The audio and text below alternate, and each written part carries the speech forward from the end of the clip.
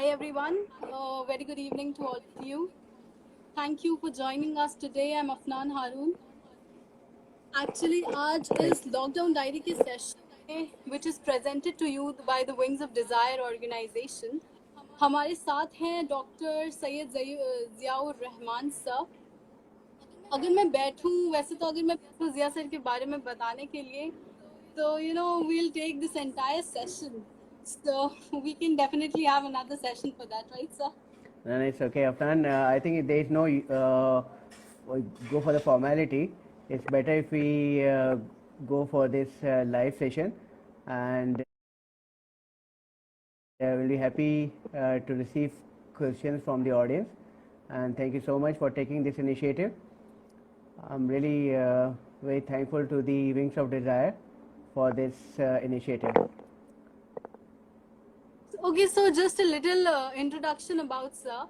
Zia Sir is actually the professor at Jawaharlal Nehru Medical College from the past 33 years, and he's the deputy medical superintendent also at the pharmacology department. वो इब्न सीना academy जो है उसके honorary treasurer हैं और उसके co-founder भी हैं. And not to forget that he's the proud son of Padma Shri awardee Dr. Hakim Sayyid Zillur Rahman Sahab. And तो जो विंग्स ऑफ डिज़ायर है वो एक एनजीओ है. बेसिकली हम लोग हर फील्ड में काम करते हैं, हम लोगों के लिए काम करते हैं. वी वर्क फॉर चिल्ड्रन, तो we work in every field. Right, very so true. इसलिए हमने सोचा we thought of bringing up an issue जिसका सबसे ज़्यादा अभी यूज़ है आने वाले दिनों में, जिसकी सबसे ज़्यादा ज़रूरत पड़ने वाली है लोगों को. दैट इज़ कि क्या प्रिवेंटिव मेजर्स लेने चाहिए जैसे ये लॉकडाउन ख़त्म होता है. बिकॉज सर वी होप कि ये जो लॉकडाउन है वो कम्प्लीटली अगर नहीं तो पार्शली ख़त्म होने ही वाला है. So what are the measures जो लोग लें before stepping out of their houses. तो can you just elaborate on it and tell people कि व्हाट शुड बी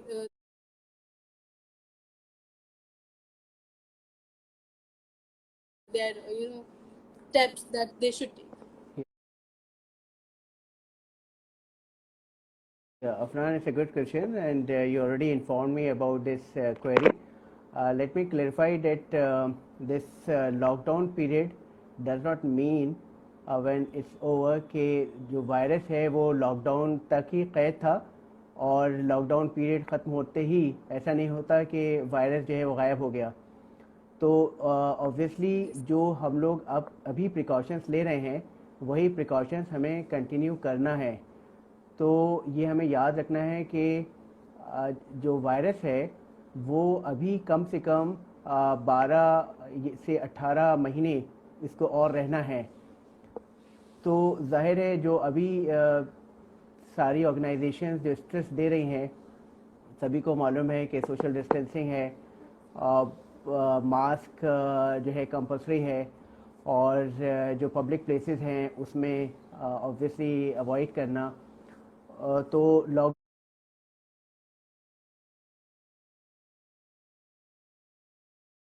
जब ये खुलेगा तो उसका मतलब ये है कि ऑब्वियसली सब लोग जो हैं वो कोशिश करेंगे कि अपने फैमिली मेम्बर से जाके मिलें, अपने फ्रेंड सर्कल से जाके मिलें और पार्टी सेलिब्रेट करें. तो जैसे थोड़े दिन के लिए लॉकडाउन शुरू हुआ और जो वाइन की शॉप्स खोली गई तो किस तरह से पब्लिक जो है वो वहाँ पे देखी गई.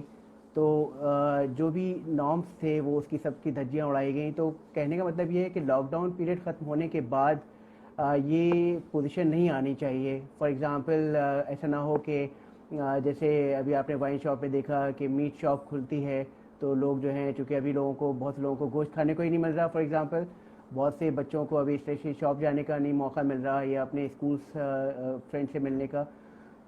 तो लॉकडाउन ख़त्म होने के बाद वही जो आजकल हम लोग प्रिकॉशनरी मेजर्स ले रहे हैं, क्योंकि देखिए प्रिकॉशनरी मेजर का मतलब ये है कि प्रिवेंशन. और ये तो स्टेटमेंट बहुत ही फेमस है कि prevention is better than cure. तो अभी सबको मालूम है कि कोविड-19 का कोई क्योर अवेलेबल नहीं है. तो जाहिर है जो आपको प्रिवेंटिव मेजर्स आप ले सकते हैं, आपको सबको मालूम है कि फोमाइट्स जो हैं, जितने भी मटेरियल है, इनएनिमेट मटेरियल्स हैं, उस सब में जो है वायरस स्टे करता है। तो अब हम लोगों को सोशल डिस्टेंसिंग के साथ, मास्क लगाने के साथ, अपने हैंड्स वॉश करना, जिसको हम कहते हैं हैंड्स हाइजीन, इसी तरह से ये जो मास्क लगाने का जो तरीक़ा है, या कफ या स्नीजिंग को प्रोटेक्ट करने का, तो ये एक मेडिकल में हम लोग कहते हैं इसको रेस्पिरेटरी हाइजीन। तो रेस्पिरेटरी हाइजीन भी आपको मेंटेन करना है, हैंड्स हाइजीन भी मेंटेन करना है। और लॉकडाउन के बाद ख़ास तौर से जो खुलने के बाद जो हम एक्सपेक्ट कर सकते हैं, वो चीज़ दोबारा ना हो, तो हमें जो है सोशल डिस्टेंसिंग पे बहुत ज़्यादा फोकस करना है। और जैसे कि मैंने कहा कि अभी आपको बहुत सी गैदरिंग्स में नहीं आप अवॉइड करना है, स्पेशली पब्लिक प्लेसेस में आपको अवॉइड करना है, जैसे कि बस स्टैंड्स हैं, जैसे रेलवे स्टेशन हैं, एयरपोर्ट्स हैं। तो जहाँ पर भी ओवर क्राउडिंग है, तो ओवर क्राउडिंग में आपको सोशल डिस्टेंसिंग मेंटेन करना है। Yes sir. तो जब लॉकडाउन लिफ्ट अप होता है तो we have to keep all these things in our mind. ये नहीं कि we just go out and start ये सारे रूल्स नहीं फॉलो करें। हाँ, do the same thing again as we had before the lockdown period. Yes sir. Sir, जो फिर कॉलेज स्टूडेंट्स हैं, जो स्टूडेंट्स स्कूल गोइंग स्टूडेंट्स हैं, जिनको जाना ही है, जिनको मतलब वो लोग को अटेंड करनी है classes, they have to touch the question paper, they have to touch the answer sheets, उनको एग्जाम्स देने हैं, तो उनको सेम फर्नीचर यूज करना है which is being used by other students. तो वहाँ पर उनके लिए आप क्या एडवाइस देंगे? वो लोग कैसे सोशल डिस्टेंसिंग मेंटेन करें, या फिर कॉलेजेस को बेसिकली क्या इस टाइम पर करना चाहिए? व्हाट जी, steps they should take right to prevent the again spread once again? yes, again it's a very specific question, specially अभी तक तो हमको जो गवर्नमेंट की गाइडलाइंस हैं कि अगस्त तक तो, और यूजीसी की भी गाइडलाइंस है, यूजीसी का भी नोटिफिकेशन है कि अगस्त तक तो स्कूल्स कॉलेजेस सब बंद रहेंगे। स्कूल्स कॉलेजेस अगर खुलते हैं तो जैसे कि गवर्नमेंट की रिस्पॉन्सिबिलिटी है, पेंडेमिक्स में बहुत सारे आपको ही मालूम हुआ कि एक्ट्स हैं इस से रिलेटेड। इसी तरह से वहाँ पर कॉलेजेस में, स्कूल्स में रिस्पॉन्सिबिलिटी होगी टीचर्स की, हेड मास्टर्स, हेड मिस्ट्रेस की, कि वो कैसे सोशल डिस्टेंसिंग मेंटेन करते हैं इन ईच क्लास। तो पॉसिबिलिटी है कि जब स्कूल्स खुलेंगे अगस्त में या सितंबर में, तो वो जो प्राइमरी स्कूल्स हैं उनको वो कुछ दिन के लिए बंद रखेंगे। मिडिल क्लासेस और हायर क्लासेस पहले फेजेस में खोले जाएंगे, जैसा कि हम लोग एक्सपेक्ट करते हैं।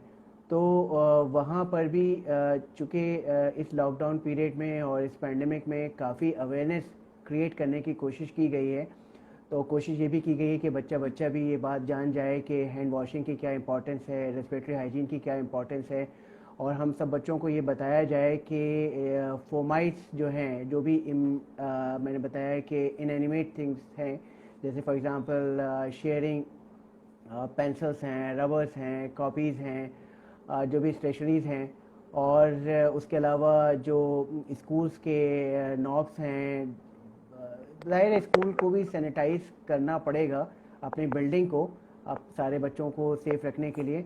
उसके बावजूद भी अगर बच्चा एक छोटा सा सैनिटाइज़र भी लेके जाता है, क्योंकि पेरेंट्स काफ़ी यानी कन्विंस हैं कि कैसे जो है उनको प्रोटेक्ट किया जाए। तो स्कूल खुलने के बाद चूँकि छोटे बच्चे हैं, उनसे एक्सपेक्ट किया जा सकता है कि वो ऐसी चीज़ें टच कर सकते हैं जहाँ पे वायरस इन्फेक्शन हो सकता है। और बच्चों को हम जो कफिंग एटिकेट्स हैं, कि जैसे specially during coughing and sneezing hand fold करना चाहिए, या एल्बो से जो है आप रखें सामने, तो वो बच्चों को पेरेंट्स को बताना चाहिए कि भाई जैसी छींक आए या खांसी आए तो आप हाथ रख लें मुंह पे, या रुमाल रखें या टिश्यू पेपर रखें। तो स्कूल कॉलेजेस खुलने के बाद ये जो प्रिकॉशनरी मेजर्स हैं वो तो लेने ही पड़ेंगे। तो डेफिनेटली ये सारे प्रिकॉशंस स्कूल खुलने के बाद, कॉलेजेस खुलने के बाद लेना बहुत ज़रूरी है। जैसे कि सर ने बताया, we have to keep in mind ये सारे पॉइंट्स। तो सर, जैसे कि अगर हम लोग वैक्सीन की बात करते हैं, तो अभी तक कोई वैक्सीन स्पेसिफिकली आया नहीं है। It's still in progress at the university of Oxford, many other places. तो फिर और जो हाइड्रोक्सी क्लोरोक्विन है, उसका यूज़ जो बहुत ज़्यादा आजकल चल रहा है, तो इज़ इट लाइक क्या वो सच में इफ़ेक्टिव है, और people should take it themselves, वो लोग खुद से उसको लें, या फिर और अगर लें तो क्या अमाउंट, क्या डोज होना चाहिए, और अगर नहीं लें, प्रिस्क्रिप्शन लें डॉक्टर का? People are very blank on all these things, so can you just guide a little? सबसे पहले तो आपने वैक्सीन से रिलेटेड क्वेश्चन किया, तो मैं इस पे ये बता दूं कि बहुत सारे ऑर्गेनाइजेशंस, बहुत सारी यूनिवर्सिटीज़, बहुत सारे फार्मास्यूटिकल कंपनीज़ इसमें रिसर्च कर रहे हैं और वैक्सीन डेवलपमेंट में काम कर रहे हैं। और जो इंटरनेशनल ऑर्गेनाइजेशंस हैं वैक्सीन से रिलेटेड, वो सब भी फंडिंग इसके लिए क्रिएट कर रही हैं। डब्ल्यूएचओ से भी काफ़ी रिक्वेस्ट की गई है कि इसके लिए जल्दी से इसको अप्रूवल दिया जाए, क्योंकि जब भी किसी चीज़ का क्लिनिकल ट्रायल होता है तो उसका एक पीरियड होता है, लेकिन इस पैंडेमिक वैक्सीन के लिए वो रिलैक्सेशन दिया जाता है। तो वैक्सीन इतनी जल्दी तो नहीं आएगा, क्योंकि कम से कम 7-8 महीने तो लग ही जाएंगे। और जब वैक्सीन आ भी जाएगा, जैसे मैंने बताया कि बहुत सारी ऑर्गेनाइजेशन, यूनिवर्सिटीज़ और कंपनीज इस पे काम कर रही हैं। और तो वो ऑब्वियसली इतनी बड़ी, चूँकि पैंडेमिक का मतलब ये है कि ऑल ओवर द वर्ल्ड ये इन्फेक्शन है, तो आप वैक्सीन आते ही सबको तो नहीं वैक्सीनेट कर सकते। तो उसमें भी आपको सबसे पहले जो फ्रंट रनर्स हैं, जो जिसको हम लोग फ्रंट रनर वॉरियर्स कहते हैं, तो सबसे पहले तो वैक्सीनेशन की ज़रूरत उनको है। उसके बाद जो पैरामेडिक स्टाफ है उनको है वैक्सीनेशन की ज़रूरत। उसके बाद फिर सबसे लास्ट फेज़ में, जैसे कि अभी हम लोग बात कर रहे थे स्कूल्स की, तो स्कूल्स के बच्चों में जो मास वैक्सीनेशन पॉसिबल है, वो तो बिल्कुल लास्ट में ही आ सकते हैं। तो वैक्सीन जो है वो बेसिकली यहाँ पर एक्टिव वैक्सीन की बात हो रही है, क्योंकि पैसिव वैक्सीनेशन, पैसिव इम्यूनाइजेशन भी एक चीज़ होती है जिसका आप काफ़ी सुन रही होंगी कि प्लाज्मा थेरेपी भी ये चीज़ आ रही है कंसेप्ट के। जो लोग ऑलरेडी इन्फेक्टेड हैं और जो कन्वलिसेंट हैं, कन्वलिसेंट कहते हैं जो पेशेंट ट्रीट हो रहे हैं, जो नेगेटिव से या पॉजिटिव की तरफ डिक्लेयर हो रहे हैं, तो वो एंटीबॉडीज़ अपनी डोनेट कर सकते हैं। तो उनके ब्लड ट्रांसफ्यूजन के थ्रू जो है वो एंटीबॉडीज़ उनको हम दे सकते हैं। तो ये बेसिकली ये तो कहलाता है पैसिव इम्यूनाइजेशन। तो पैसिव इम्यूनाइजेशन के लिए एक तो हम कन्वालेसेंट पेशेंट्स के प्लाज्मा इंजेक्ट करें या ट्रांसफ्यूज़ करें।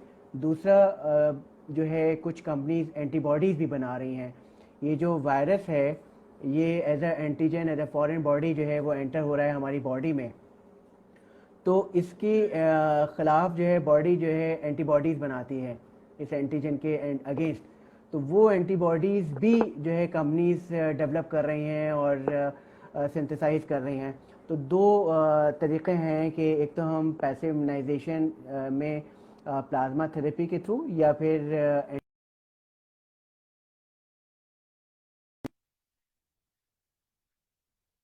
एक्टिव इम्यूनाइजेशन, जिसमें कि हम बहुत ही जिसे कहते हैं कि डेडली, यानी अटेनुएटेड, जिसको कहते हैं कि लाइव वैक्सीन्स, वो जो वायरस है उसको कई फॉर्म में इंजेक्ट किया जा सकता है, कि अटेनुएटेड या लाइव, या फिर उसके वायरस के प्रोटीन्स भी डेवलप हो रहे हैं, उसको भी एज ए एंटीजन कंसिडर किया जा सकता है।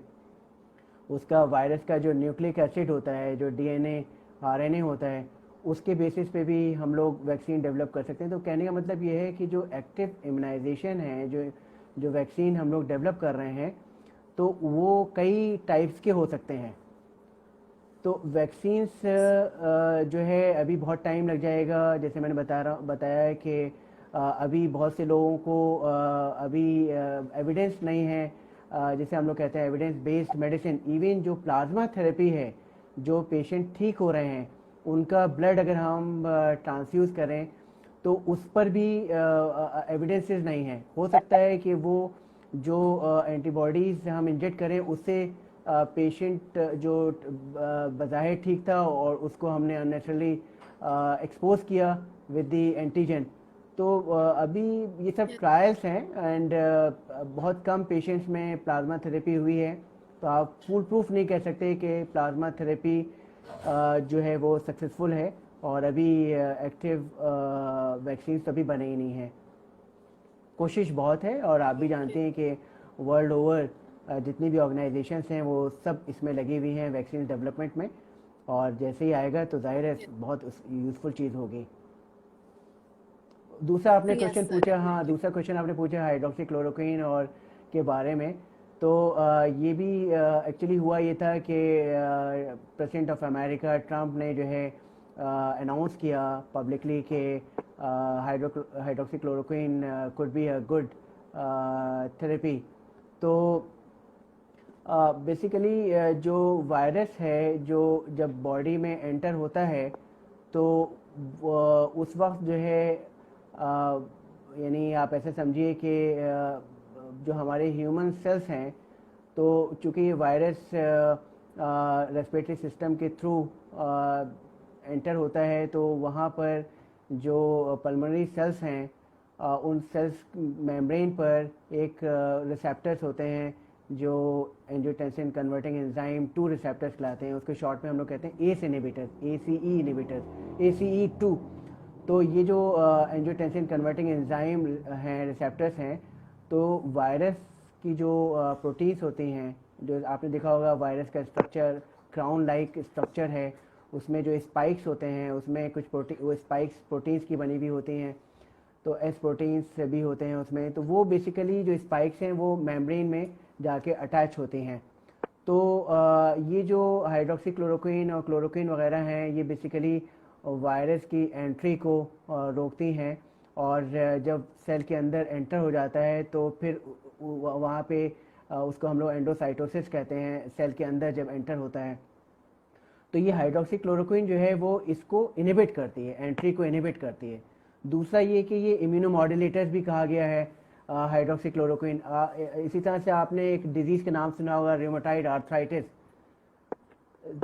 तो उस रूमेटॉइड आर्थराइटिस में हाइड्रोक्सीक्लोरोक्विन देते हैं। तो वहाँ पे जो हाइड्रोक्सीक्लोरोक्विन दी जाती है रूमेटॉइड आर्थराइटिस में, वो एज अ इम्यूनोमॉड्यूलेटर्स दी जाती हैं, यानी इम्यून सिस्टम को मॉडरेट करने के लिए, मॉड्यूलेट करने के लिए।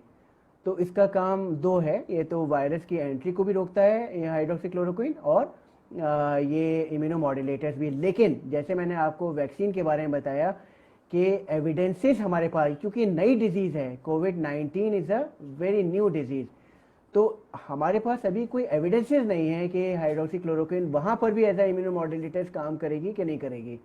तो जब लोगों ने यानी हॉस्पिटल्स में ऑब्जर्व किया, तो even with hydroxychloroquine we found lots of adverse reaction. इसके भी बहुत ADRs और एडवर्स रिएक्शन साइड इफ़ेक्ट्स मिले। तो पेशेंट जो है वो मान लीजिए कि हार्ट अटैक ऑलरेडी जो है हार्ट का पेशेंट था, तो वो हार्ट जो है कंडीशन एग्रीवेट कर गई। तो hydroxychloroquine could be a drug, but again you cannot say it's a foolproof or evidence-based medicine. इसी के साथ सर एक क्वेश्चन आया है अभी जी कि देयर समबडी आस्किंग कि what about the antibodies test success sir, as we have seen कि इंडिया ने जो किट्स इंपोर्ट करी थी दे वर फॉल्टी, जी जी। और वो टेस्ट सक्सेस नहीं हुए थे। अच्छा, Yes, नहीं sir. आप उसकी बात करें एंटीबॉडीज टेस्टिंग की, तो Yes, जी जी जी, yes, sir. There- हाँ हाँ हाँ राइट। एक तो रैपिड एंटीबॉडी टेस्टिंग और दूसरा जो है RT-PCR एक इंस्ट्रूमेंट होता है जो कि रिवर्स ट्रांसक्रिप्टेड पॉलीचेन रिएक्शन। तो ये ज़्यादा जो है रिलायबल है RT-PCR, और ये बेसिकली एंटीबॉडीज़ को जो स्पेसिफिक एंटीबॉडी, क्योंकि हमें जो ये वायरस है उसका जो जीनोमिक स्ट्रक्चर है, जो उसका जीनोम है, वो हमने उसकी सीक्वेंसिंग कर ली। तो जब हमने इसकी सीक्वेंसिंग कर ली तो it's very easy to test its antibodies. तो RT-PCR अगर सही मायनों में कैलिब्रेटेड है तो it's a confirmatory test. Again I am saying कि अगर ये प्रॉपरली कैलिब्रेटेड है RT-PCR तो एक तरीके से कंफर्मेटरी है, लेकिन जो रैपिड एंटीबॉडीज़ टेस्टिंग है वो इतनी कंफर्मेटरी टेस्ट नहीं है। तो सबसे पहले तो ये है कि जैसे कि इंडिया के बारे में कहा जा रहा है कि यहाँ पे टेस्टिंग कम हो रही है, तो टेस्टिंग ज़्यादा होनी चाहिए, तभी हमें पता चलेगा कि हमारे यहाँ नंबर ऑफ पेशेंट्स कितने हैं। तो ये Yes. एंटीबॉडीज़ के लिए है जी। So sir, there's somebody who has asked एक बहुत ही unpredictable सा question जी कि when will the things be normal? What do you think? नहीं, it will be normal obviously. जैसे कि हम लोगों के पास पास्ट एक्सपीरियंस है कि ये बेसिकली सार्स 2 है, यानी आप सार्स का फुल फॉर्म है यानी सीवियर एक्टिव रेस्पिरेटरी सिंड्रोम है ना। तो ये सीवियर एक्टिव रेस्पिरेटरी सिंड्रोम 2 है। तो सार्स 1 भी आया था जिसको हम लोगों ने कोरोना 1 भी कहा था। तो उस वक्त भी एटलीस्ट 1-1.5 साल 2 साल तक ये सिलसिला चला था, और ये भी जो है चलेगा जब तक कि हर्ड इम्यूनिटी डेवलप नहीं हो जाती है। कम से कम 70% पॉपुलेशन जो है वो इम्यूनाइज नहीं हो जाते, तब तक ये चलता रहेगा। तो मैंने जैसे शुरू में भी कहा कि लॉकडाउन पीरियड के बाद भी हमें एक्सपेक्ट करना चाहिए कि ये फेज़ कम से कम 17-18 महीने तक चलेगा। तो कहने का मेरा मतलब है कि ये पैंडमिक 100% हम नॉर्मल स्टेज पे दोबारा से आएंगे जैसे कि हमारी ज़िंदगी थी, लेकिन उसमें कम से कम 17-18 घंटे लगेंगे। और जब तक कि पूरी तकरीबन 70% ऑफ द पॉपुलेशन में हर्ड इम्यूनिटी नहीं डेवलप हो जाती। तो हर्ड इम्यूनिटी एक टर्म है जिसको लोग समझते होंगे कि भाई जैसे कि उन सब के अंदर एंटीबॉडीज़ डेवलप हो जाएं, और तो वो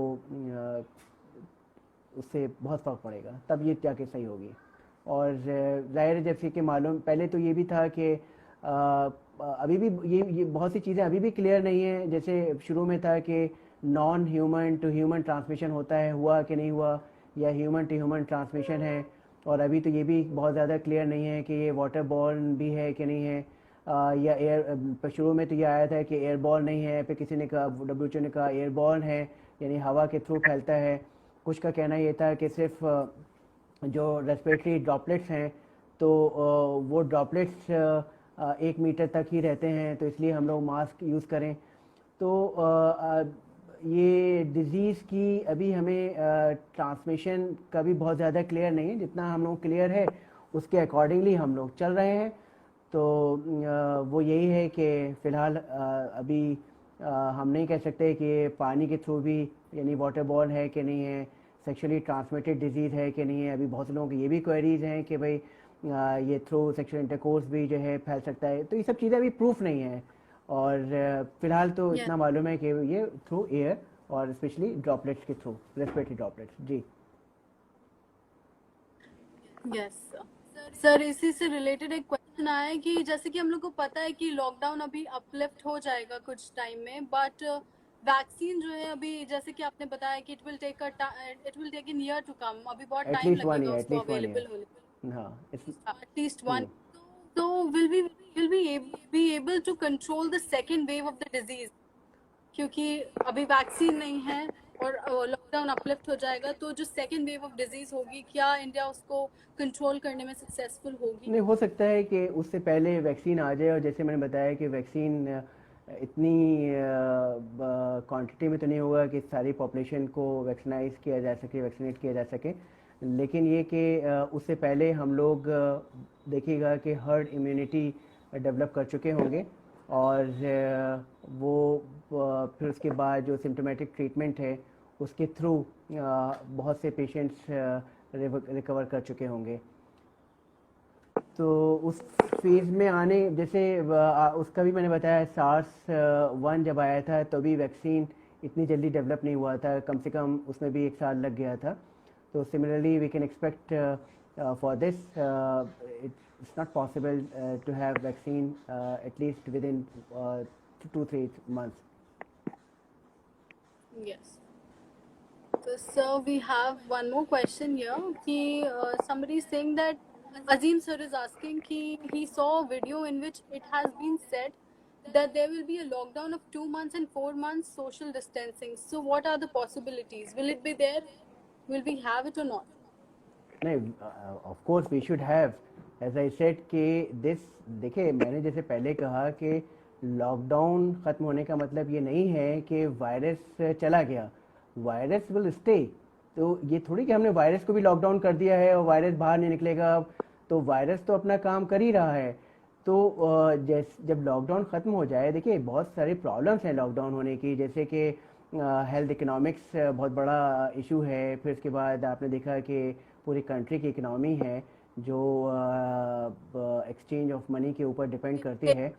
तो लॉकडाउन के बाद of course at least for 18 months, at least for few months we should maintain all precautionary measures which we are taking these days. As I said social distancing तो ऑब्वियसली मस्ट है। जैसे सोशल डिस्टेंसिंग का purpose सिर्फ ये है कि जैसे बहुत क्लियर है कि ड्रॉपलेट्स के थ्रू ये इन्फेक्शन स्प्रेड करता है, तो वो सोशल डिस्टेंसिंग हमें एटलीस्ट वहाँ पे सेफ रखता है कि हम अगर किसी को, क्योंकि हमारे यहाँ बहुत सारी एटिकेट्स नहीं है। जैसे कि शुरू में बच्चों को भी सिखाया जाता है एटिकेट्स के भैया जब छींक आए खांसी आए तो मुंह में हाथ रख लो, टिश्यू पेपर रख लो। तो एटलीस्ट ये भी अच्छा हुआ कि लॉकडाउन में जो बहुत सी अवेयरनेस क्रिएट कराई गई उसमें ये भी बहुत लोगों को अवेयर कराया गया कि we should maintain hand hygiene, we should maintain respiratory hygiene, and while coughing and sneezing we should keep our hand folded और या फिर elbow यूज़ करें। तो जो अजीम क्वेश्चन पूछ रहे हैं कि सोशल डिस्टेंस, ये जो आपको इतनी ट्रेनिंग दे दी गई है लॉकडाउन में, वो ट्रेनिंग आपको अभी भी उसको यूज़ करना है। Yes, sir, definitely. तो सर जैसे कि अगर हम मेडिसिन की बात करें तो we talked about hydroxychloroquine, लेकिन आप मॉडर्न के हैं, लेकिन यूनानी और आयुर्वेदा में जो क्या स्कोप है कोरोना को क्योर करने के लिए, क्या स्कोप है उन मेडिसिन में? देखिए जैसे मैंने अभी बताया कि हाइड्रोक्सी क्लोरोक्विन और क्लोरोक्विन का एक रोल इम्यूनो मॉड्यूलेटर्स भी है। हालांकि बहुत से मेडिकल कॉलेजेस में anti viral drugs, specially HIV drugs में एक एंटी वायरल ड्रग्स यूज़ होती है कलेट्रा, जिसमें कि रेटोनोरवीर और एक और ड्रग होती है, इसकी कॉम्बिनेशन दी जाती है। इसी तरह से जो एक और ड्रग है रेमडेसिविर, उसके भी ट्रायल्स चल रहे हैं। तो मॉडर्न मेडिसिन में खाली हाइड्रोक्सी क्लोरोक्विन और क्लोरोक्विन ही नहीं है, बल्कि और भी एंटीवायरल ड्रग्स हैं। और फिर उसके बाद आपने पूछा कि यूनानी में या और ट्रेडिशनल मेडिसिन में, क्योंकि हमारे इंडिया में 80% of the population believe in traditional medicine, and we also have a Ayush system of medicine और आयुष मिनिस्ट्री भी है। तो आयुष मिनिस्ट्री ने भी कुछ ट्रेडिशनल हर्ब्स को जो है यानी कहा है कि इट कुड हेल्प। तो as a prophylactic in medicine को लेने में कोई हरज नहीं है। तो ये जो चूँकि इन सिस्टम ऑफ मेडिसिन में anti viral anti bacterial medicine इतनी यानी फ्रिक्वेंटली यूज़ नहीं होती जितने कि मॉडर्न मेडिसिन में होती हैं। तो इसमें चूँकि जैसे कि वायरस और एंटीजन और एंटीबॉडीज़ का पूरा खेल है इसमें, और जैसे हम लोग अभी बात कर रहे थे वैक्सीन्स की, तो इसमें जो इम्यून सेल्स हैं जो कि बी सेल्स और टी सेल्स वगैरह का रोल होता है, तो उसको पोटेंशिएट करने के लिए कुछ इम्यूनो मॉड्यूलेटर्स दिए जाते हैं, इम्यून सिस्टम को स्ट्रॉन्ग करने के लिए दी जाती हैं। तो ट्रेडिशनल मेडिसिन में, यूनानी में, आयुर्वेदा में इस टाइप की जो ड्रग्स हैं, जैसे फॉर एग्ज़ाम्पल ज़ाफ़रान है, जैसे हींग है, जैसे जैसे और दालचीनी है, तो शहद है। तो जितनी भी चीज़ें आप सुनती हैं कि ये इम्यून सिस्टम को बूस्ट करती हैं, वो चीज़ें ये लोग भी इसका काढ़ा या इसका जो शानदा वगैरह यूज़ करते हैं। लेकिन इसके साथ साथ जो बहुत इम्पॉर्टेंट, क्योंकि ट्रेडिशनल मेडिसिन में एक टर्म होता है जिसको हम लोग कहते हैं डाइटोथेरेपी। तो ये लोग जो हैं पेशेंट्स को डाइट के थ्रू भी ट्रीट करते हैं, इलाज बिल तदबीर भी कहा जाता है। तो इसमें ये लोग जो हैं बहुत स्ट्रेस देते हैं कि जिस तरह से हम लोग एनवायरनमेंट यानी कहते हैं कि air should be very clean, और उसके लिए कुछ कंपनीज ने एयर प्योरीफायर भी बनाए थे। तो आपने भी सुना होगा कि यूनानी और आयुर्वेदा में इन ऐसे जब वबा आती है या ऐसे एपिडेमिक्स, तो वो लोग उसको यूज़ करते हैं, नीम के पत्ते जलाते हैं, जिसे आप कहते हैं धुनी दी जाती है। तो ये लोग भी इसको बहुत स्ट्रेस देते हैं कि आप नीम के पत्तों की, या लोबान का भी आपने नाम सुना होगा कि इनकी धुनी दी जाती है। और घर के बाहर जो अभी भी गांव देहात में औरतें जो हैं वो इनकी अपने घर के बाहर दरवाज़ों पे और घर के अंदर वो उसको जला के और अपने कमरे में पूरे में उसको धुनी देती हैं। तो लोबान और नीम से, और प्लस जैसे मैंने बताया कि वो लोग स्ट्रेस देते हैं, सेफ फूड, और हमारे यहाँ भी विटामिन सी का बहुत रोल है एज ए इम्यूनो मॉड्यूलेटर्स, जो कि जैसे सिट्रस फ्रूट्स हैं, ऑरेंज हैं, लेमन हैं, they are very rich in vitamin C. तो चूँकि मैंने कहा कि it's a new disease and we cannot say as a evidence based के these traditional medicine provide some cure, but at least as a prophylactic for a safer side, there is no harm in taking such type of like I said, जैसे मैं बताया कि दालचीनी है और हींग है और क्या क्या है, तो वो सब चीज़ें as a immune modulators use कर सकते हैं। तो अब जैसे विटामिन सी रिच फ्रूट्स हैं, जैसे बनाना इज ऑल्सो हैविंग विटामिन के, so it's also an immunomodulator apart from citrus fruits, so lemon, oranges. So at least yes, you can use these medicines derived from the Unani or Ayurvedic system of medicine. Okay sir, thank you so much. Sir, जैसे कि अभी आपने बताया था कि बहुत कम test हो रहे हैं, तो अभी एक व्यूअर हैं वो यही पूछ रहे हैं कि आज दैनिक जागरण में न्यूज़ थी that out of 84 lakhs we have performed only 3900 tests in Aligarh. जी, So isn't it a threat still have a large population which is not yet covered by the tests? sure, बिल्कुल बिल्कुल, we also expect the same thing कि unless until we have a large number of testing, we cannot predict the number of cases in the population, because देखिए बहुत important बात है, again there are many studies which says that 80 to 85% of the population is asymptomatic.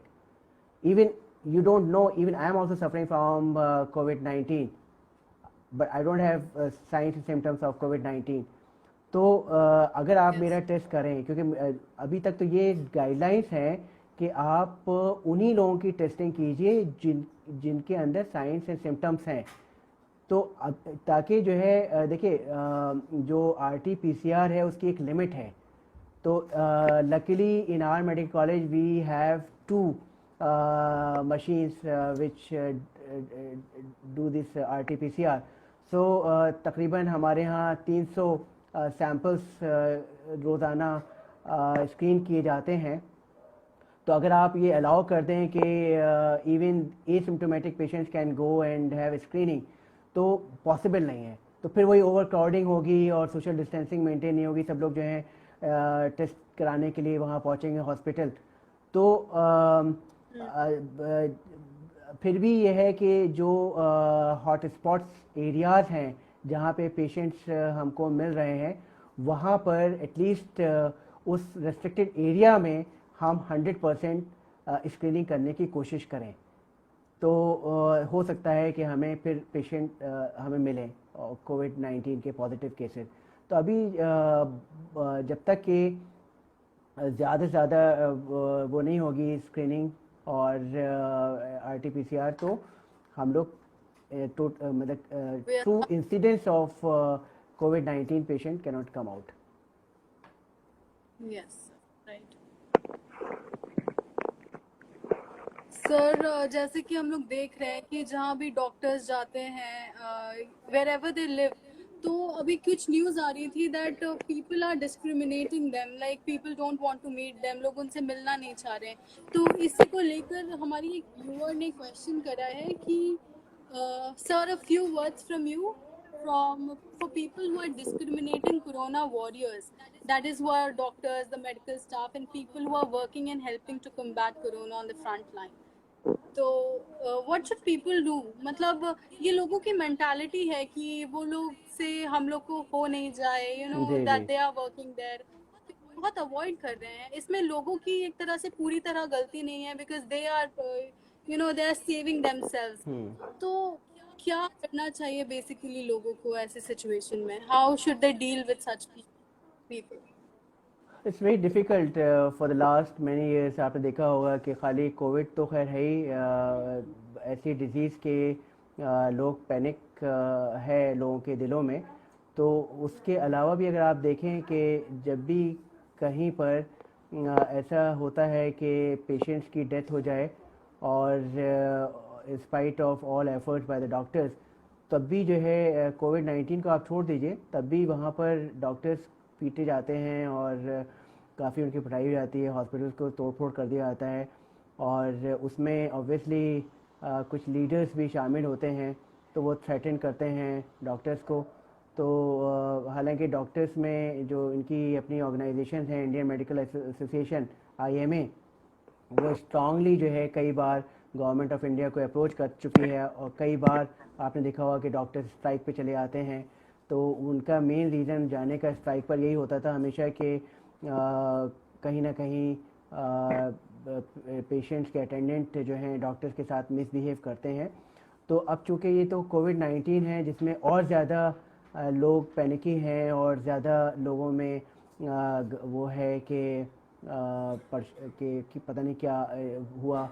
तो बहुत से जो general public है उनको मालूम ही नहीं है कि कोविड-19 का कोई ट्रीटमेंट नहीं है. तो वो तो ये समझते हैं कि हमारा पेशेंट जो है हॉस्पिटल में गया और उसका ट्रीटमेंट नहीं दे रहे हैं. और अगर मान लीजिए किसी डॉक्टर ने जैसा कि ये होता भी है कि डॉक्टर्स यूजुअली सही बात पेशेंट्स के अटेंडेंट को बता देते हैं. तो मान लीजिए पेशेंट्स को अटेंडेंट को बताया कि भाई देखो, पूरी हम कोशिश कर रहे हैं, इसका इलाज मौजूद नहीं है और उसको हमने वेंटिलेटर में रखा है, तो दुआ करो. अब वो पेशेंट मर गया.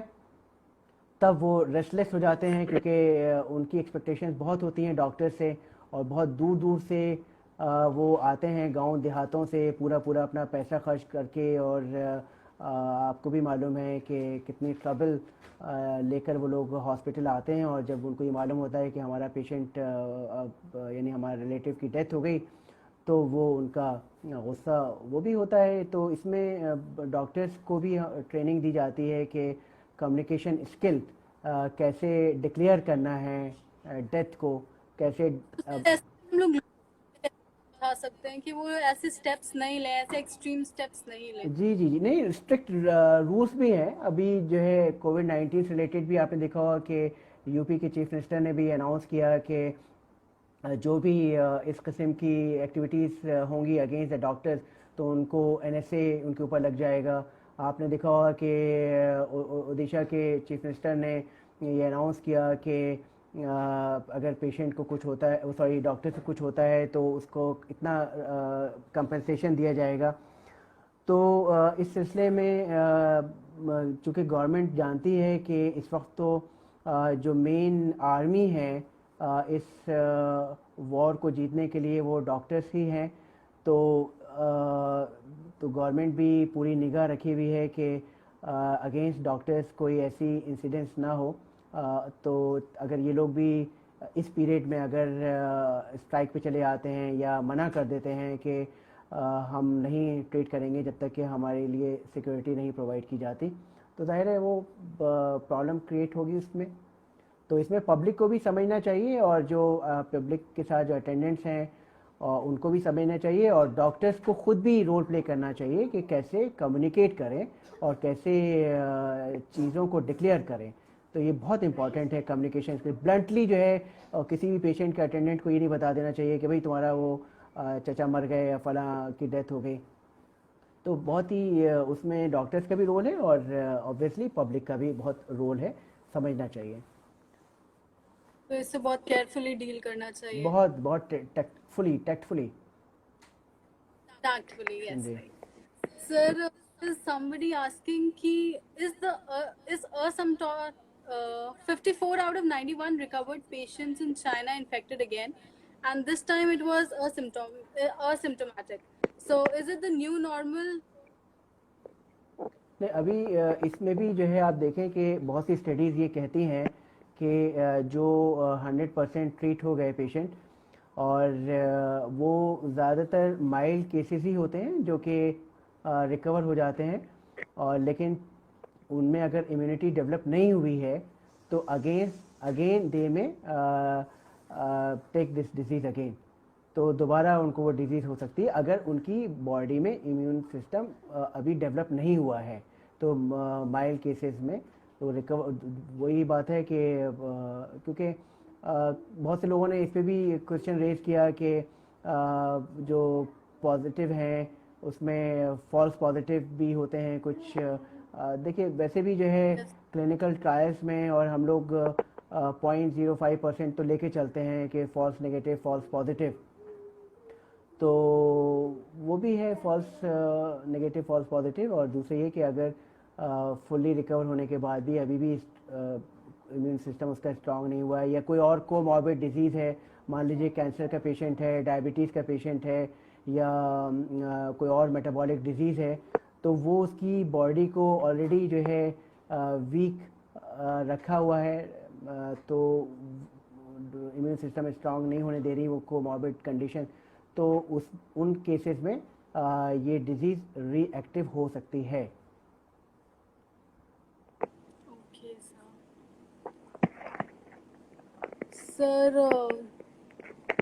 ऐसा हो रहा है कि देयर समवन सेइंग कि ऐसा हो रहा है कि स्टूडेंट्स या जो भी लोग बाहर से आ रहे हैं उनकी स्क्रीनिंग करके भेज दे रहे हैं घर पर और वहाँ पर उन्हें क्वारंटाइन किया जा रहा है, तो ये लोग डेंजरस हैं उनके घर वालों के लिए।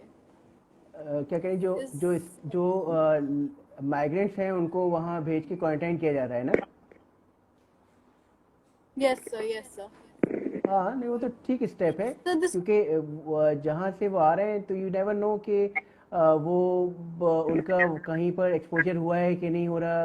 अफेक्टेड एरिया से आ रहे हैं तो it's better and safer to quarantine them for at least 14 days, क्योंकि वायरस का जो इंक्यूबेशन पीरियड है वो 7 to 14 डेज है। तो हमें उस वक्त तक देखना है कि कोई साइन एंड सिम्टम्स तो डेवलप नहीं हो रहे। तो पहले तो हम लोग वही थर्मल स्क्रीनिंग से चेक कर लेते हैं कि कोई टेम्परेचर तो नहीं है उसको। तो वहीं पे आपने यानी उनको साइडलाइन कर दिया और फिर दूसरी जगह फिर प्रॉपर उनको स्क्रीनिंग कराई आपने। तो वो तो अच्छा स्टेप है कि जो माइग्रेंट्स हैं, even when I came back from Ajmer and Kota, जब मैं अलीगढ़ वापस आया ऑन ऑन 22nd मार्च, तो I was asked by the principal to go for the self isolation. तो मैं 14 डेज सेल्फ आइसोलेशन में रहा खुद भी। तो ये तो अच्छा स्टेप है कि टू प्रोटेक्ट दिस सेफ्टी और वो सोसाइटी को प्रोटेक्ट करने के लिए। obviously अभी is going to evacuate its citizens, it's calling bringing back its citizens. तो don't you think that it's a great threat for the country क्योंकि इससे स्पाइक हो सकते हैं केसेस में। नहीं, बहुत रिस्की गेम है ये, बहुत रिस्की गेम है। और फिर वही है कि यहाँ पे उनको लाकर क्वारंटाइन किया जाए, उनको आइसोलेट किया जाए और 14-15 डेज तक उनको प्योरली ऑब्ज़र्व किया जाए कि कोई साइन एंड सिम्टम्स तो नहीं डेवलप हो रहे, तो हम जो है फिर उनको घर भेज सकते हैं। तो अवॉइड तो करना चाहिए क्योंकि ये तो बात क्लियर हो गई कि ये कोविड-19 जो इंडिया में आया वो सबसे पहले यानी थ्रू ये ट्रैवल की हिस्ट्री सबसे पहले मालूम हुई, जो फॉरेन कंट्री से आ रहे थे, जो अफेक्टेड कंट्री से आ रहे थे। स्पेशली एवरीबडी नोज के अब तो WHO ने भी कहा कि it was started from Wuhan city.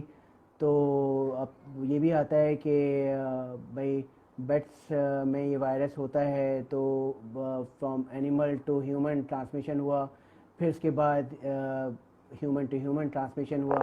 क्योंकि बहुत कॉन्टेजियस है तो वो बहुत जल्दी जो है स्प्रेड करता है, ट्रांसमिशन इसका बहुत फास्ट है।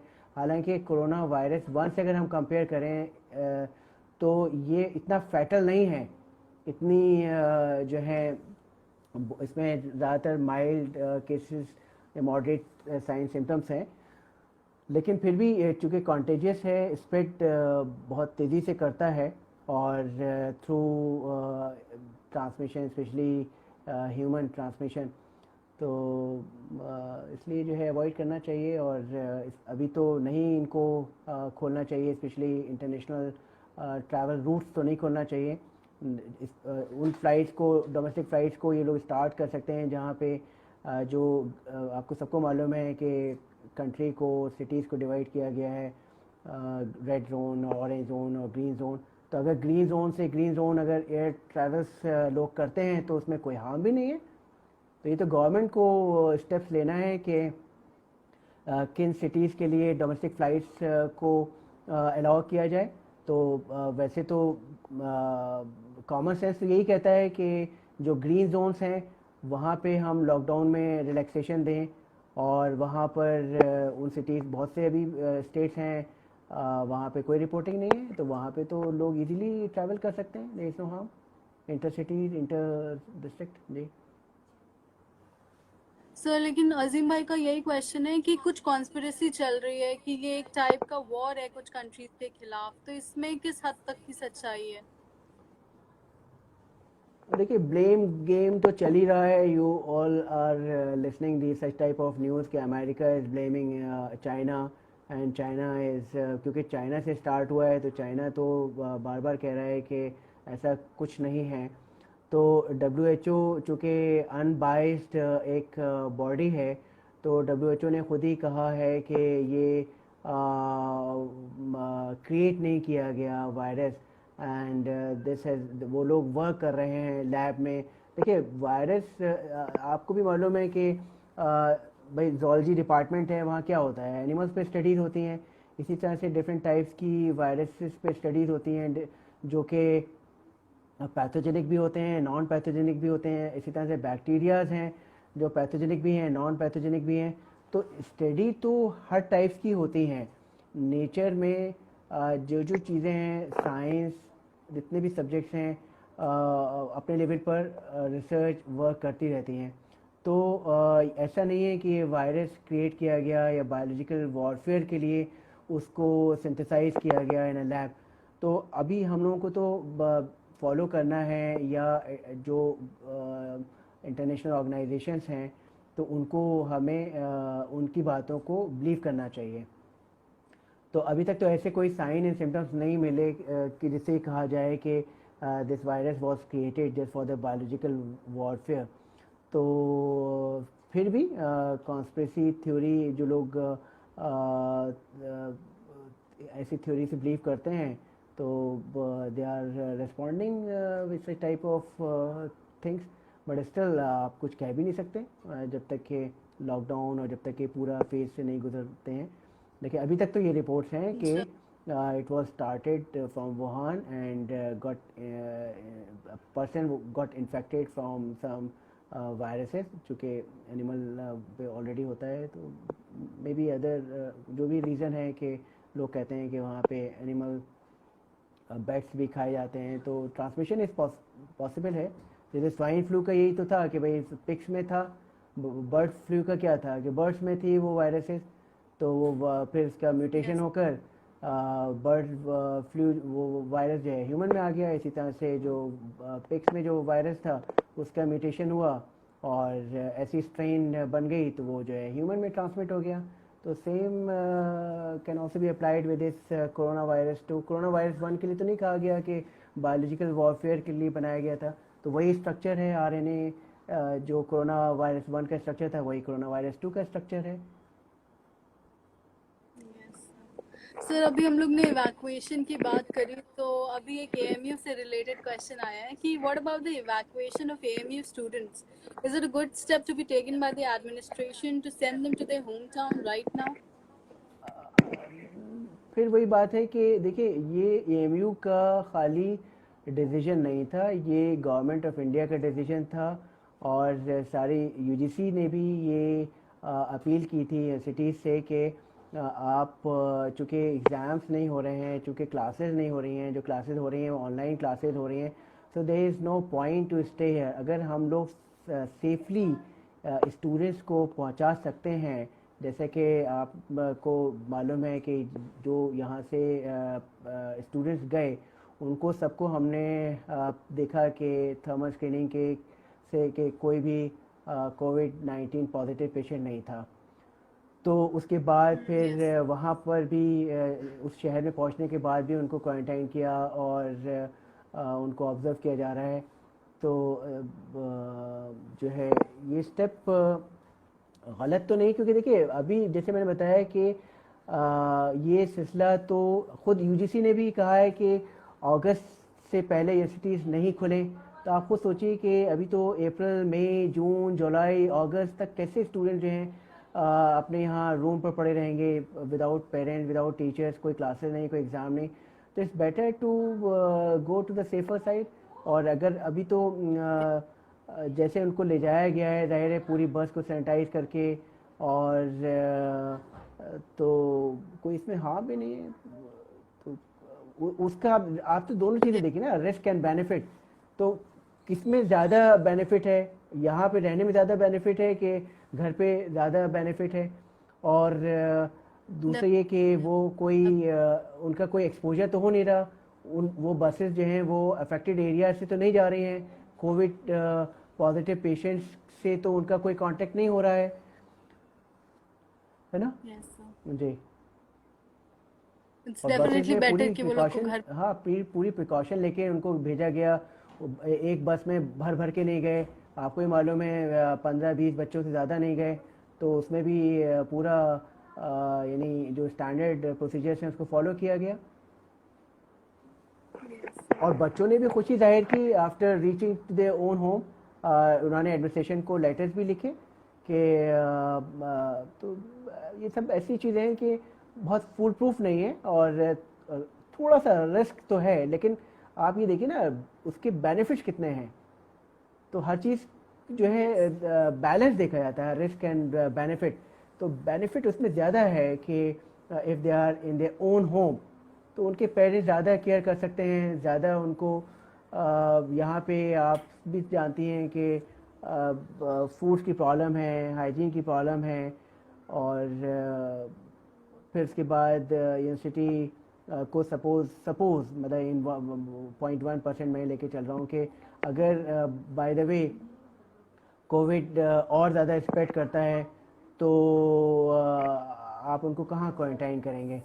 तो हम लोगों को ये सब भी स्पेसेस चाहिए होती हैं। बहुत सी शारदा यूनिवर्सिटी को देखिए पूरा क्वारंटाइन कर रखा है। बहुत सी यूनिवर्सिटीज़ जो हैं वो उन्होंने ऑफ़र किया हुआ है कि अगर मान लीजिए पूरा अलीगढ़ जो है इस वक्त कोविड पेशेंट में कन्वर्ट हो जाएं तो आप कहाँ क्वारंटाइन करेंगे? होटल्स हैं, यूनिवर्सिटीज़ हैं, ये सब जो बड़े बड़े स्पेसेस हैं वहाँ पर। तो it's better if they have gone to their own home safely. Yes, sir. I hope I'm not exceeding the time limit. So with this, we take up the last question, sir. Okay. So there's a Rahul Bhai is asking that what about newspapers? If a contagious distributor is there, what are the chances of it spreading? कि मतलब newspaper से the one who is distributing the newspaper, तो he's going to different houses, तो can he spread the disease? नहीं, बिल्कुल बिल्कुल they are chances. As I said, fomites जो हैं जिसमें कि आप ऑनलाइन कोई चीज़ परचेज करते हैं तो वो भी आप कोशिश किए सैनिटाइज करने के लिए। और जो न्यूज़पेपर्स हैं और जितनी भी इनएनिमेट चीज़ें हैं जो आप शॉपिंग करके अपने घर में ला रहे हैं, तो यू नेवर नो कि that may contain a virus, because virus stays, वो जो है comparatively heavier in size है, तो वो stay करता है. तो आप मतलब सेफ़र साइड ये है कि try to wash everything, sanitise कीजिए आप. और जो भी चीज़ आपके पास बाहर से आ रही है तो आपको उसको सैनिटाइज़ करना है, या रिस्क तो आप नहीं ले सकते. मतलब कोई भी आदमी नहीं कह सकता कि ये तो सबको मालूम है कि virus this virus spread through fomites, through things. तो वो थिंग्स जो हैं कुछ भी हो सकता है. इवन सो वो जो एटिकेट्स हैं, अब जैसे for example if you are living in a flat, तो अब आप फ्लैट्स में लिफ्ट भी लगी हुई हैं, स्टेयर्स भी हैं, रेलिंग भी है, तो आप जो है उसको टच ना करें. आप जितना प्रिकॉशन ले सकते हैं. इसीलिए जहाँ पे आप शॉपिंग करने जा रहे हैं मार्केट में, स्पेशली जहाँ पे बहुत सारे गुड्स आइटम्स रखे हुए हैं, तो it's better if you use gloves. और इसी तरह से तो जितना आप प्रिकॉशंस ले सकते हैं तो उतना ही बेटर है. और आप किसी भी चीज़ के लिए ये नहीं कह सकते कि ये सेफ़ है. इवन न्यूज़पेपर्स जो हैं वो तो बहुत सी जगह से आ रहा है, प्रिंटिंग प्रेस से, फिर उसके बाद हॉकर्स उनको लेके आ रहे हैं, फिर थ्रू रोड कुछ मतलब you cannot say anything. It's better if you sanitise and take precautions. Use sanitiser, वही बेसिक चीजें, we follow all those basic. जी जी जी. हाथ अपने सैनिटाइज कर लीजिए, फिर आप अखबार पढ़ लीजिए, अखबार पढ़ने के बाद फिर हाथ वॉश कर लीजिए, सैनिटाइज कर लीजिए, सिंपल. और जो है वो तो आपको मालूम ही है कि भाई हाथ धोने का मेन मकसद ये है कि वो हाथ आपके जो टी एरियाज़ है, जो फेस है, नोज़ है, आइज़ हैं, वहाँ पे जहाँ जहाँ से वायरस एंटर हो सकता है, तो वो आप अवॉइड करें. भाई सबसे अच्छा तरीका ये है कि अखबार लेने से पहले आप हाथ को सैनिटाइज कर दीजिए, फिर आप अखबार पढ़िए, अखबार पढ़ने के बाद फिर आप सैनिटाइज कर लीजिए हाथ को. और इस बीच जो है आप जो टी एरिया है अपनी बॉडी इसको टच मत कीजिए. तो बहुत अच्छा है. और ये प्रिकॉशंस आपको कुछ महीने तक लेना है. और ये तो सबके लिए बहुत ही यानी ड्रास्टिक आपको फैसले लेना है. और ये सबके लिए मुसीबत के दिन है, और इसलिए इसको डिफ़िकल्ट टाइम्स कहा जाता है. तो we should follow as far as possible to avoid anything which may have a virus. Virus के बारे में बहुत कुछ अभी क्लियर नहीं है. Welcome welcome. Thanks a lot. Thank you so sir, I much. Am sure in a very informative session हमारे सारे व्यूअर्स के लिए. Let's all keep in mind जितने भी पॉइंट्स सर ने बताए हैं, and let's all thank sir. I thank all my viewers जिन्होंने इतना पेशेंटली अभी तक सुना और हमारे साथ रहे. So, in the end, I forgot to tell one thing कि sir is also the patron of the Wings of Desire, and ये बात मैं शुरू में बताना भूल गई नहीं थी. It's So okay. let's because make नहीं that नहीं known. मैं खुद I was also feeling guilty, क्योंकि for the last many years I've been associated with this NGO Wings of Desire, and I know lots of good work they are doing. तो मेरी भी responsibility थी कि at least once I should come forward and say something for this Wings of Desire. So I really appreciate the work which they are doing, especially the President Samir Sherwani and some active volunteers as they